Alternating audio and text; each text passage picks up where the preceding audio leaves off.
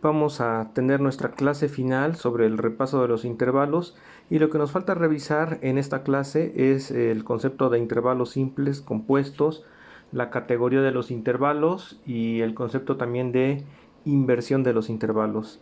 Entonces, cuando hablemos de intervalos compuestos, significa que del intervalo simple tendremos una abertura mayor a la octava. Entonces, por ejemplo, si hablamos de un intervalo de décima, como la décima está arriba del 8, es decir, de la octava, entonces este intervalo se llamará compuesto. Mientras que el simple serán todos los intervalos que en el número sean menores a 8 o menores a 8, o sea, la octava. Entonces, en este caso, siempre para conocer la forma compuesta de un intervalo, lo único que tenemos que hacer es al intervalo simple sumarle 7.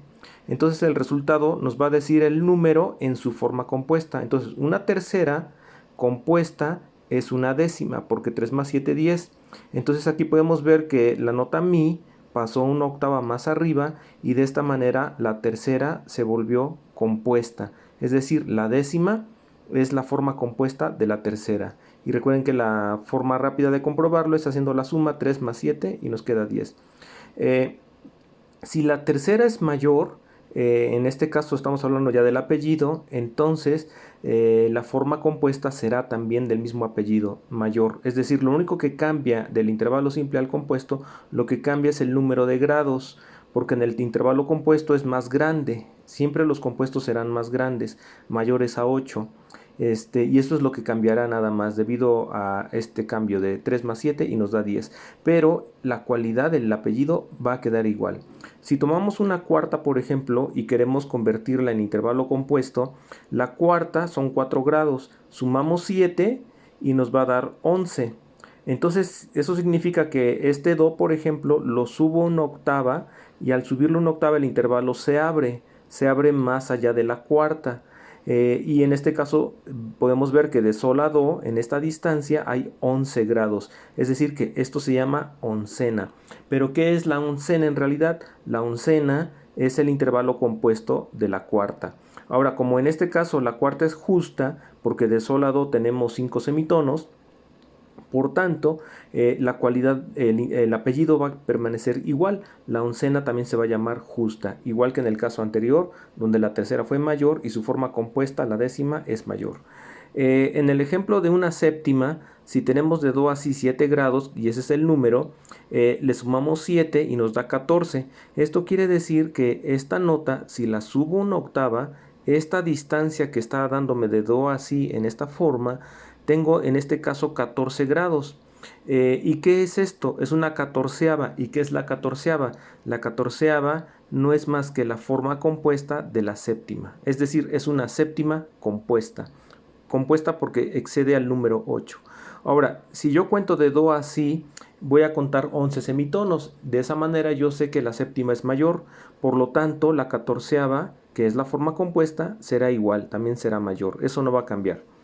Veamos otro ejemplo. Si tengo el intervalo de segunda, entonces 2 más 7, 9. Por lo tanto, la novena es la forma compuesta de la segunda. Esto significa que este fa se fue una octava hacia arriba y se convirtió este intervalo en compuesto. En este caso de mi a fa tenemos 9 grados y por eso se le llama entonces novena. ¿Pero qué es la novena?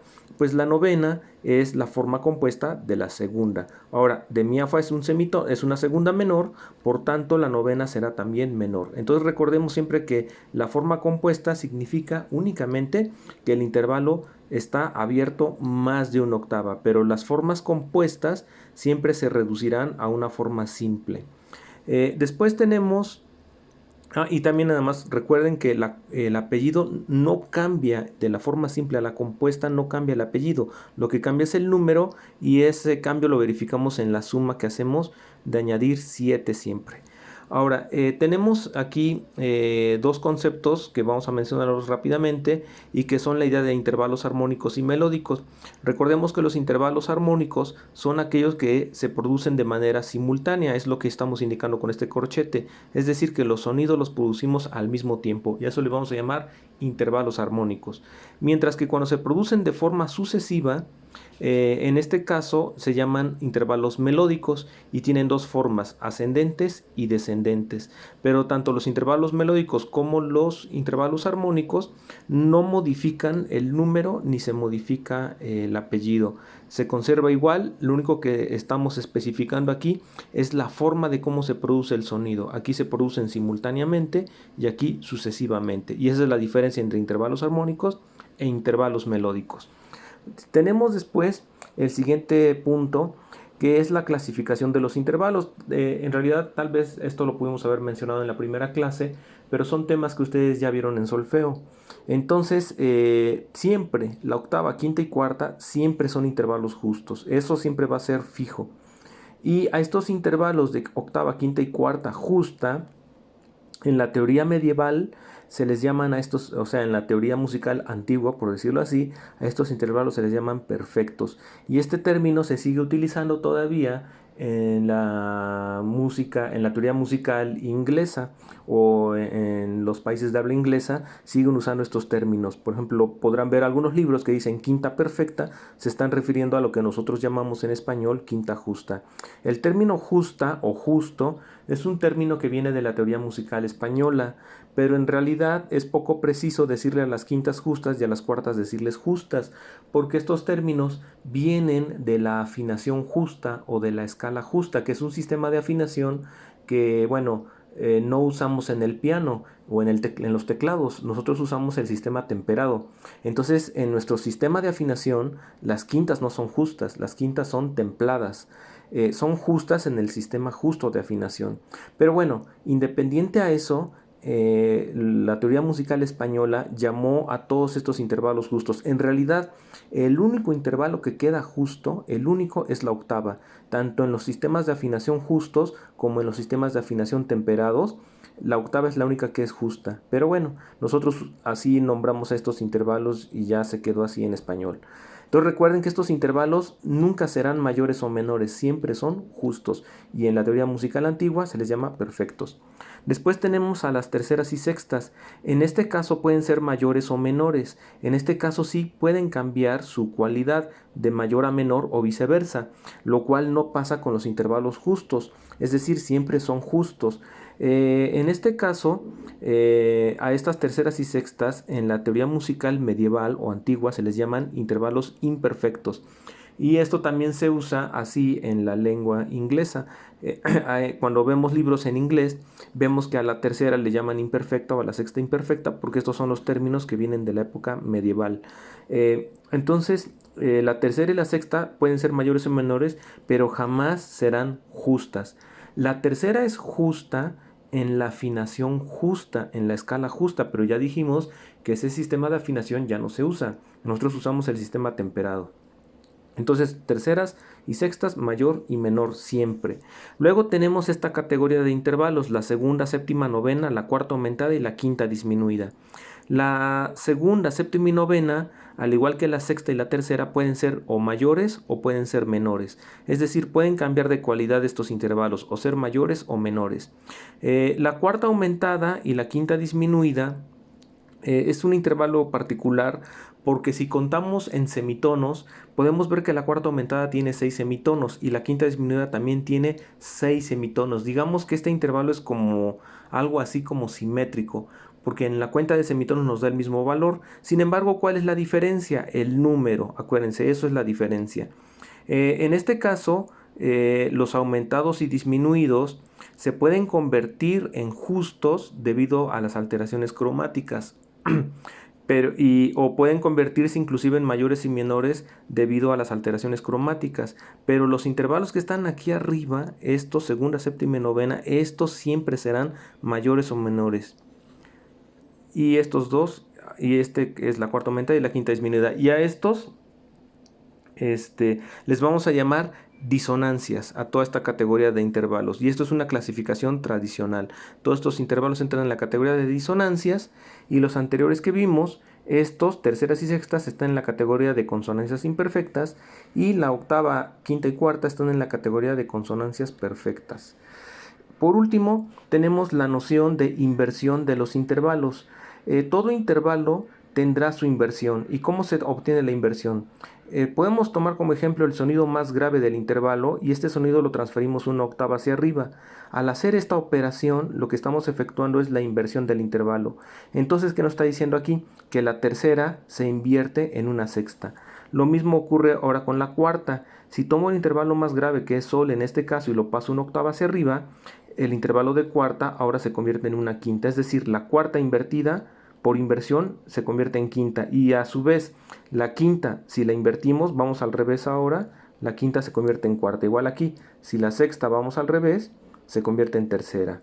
El concepto de inversión de intervalos lo podemos ver ya completo en esta tabla. ¿Qué nos está diciendo aquí? Que la tercera se invierte en sexta, la sexta en tercera, la segunda en séptima, la séptima en segunda, la cuarta en quinta, y la quinta se invierte en cuarta. Ahora, siempre el intervalo y su inversión va a dar como resultado 9, es decir, 3 más 6, 9, 6 más 3, 9, 2 más 7, 9 y así. Siempre nos dará este resultado cuando efectivamente este intervalo es la inversión del anterior. Y digamos que esto de alguna manera agrupa los intervalos, es decir, la tercera se agrupa con la sexta porque es su inversión. La séptima se agrupa con la segunda o la segunda con la séptima porque son inversiones. La cuarta se agrupa con la quinta porque la quinta es inversión de la cuarta y así. Entonces recuerden que siempre que la inversión se realizará de esa manera. Es decir, tomamos una de las notas, en este caso la nota grave, y si la subimos una octava, obtenemos la inversión. Y aquí podemos comprobar cómo la cuarta, al ser invertida, se convierte en una quinta. ¿Sí?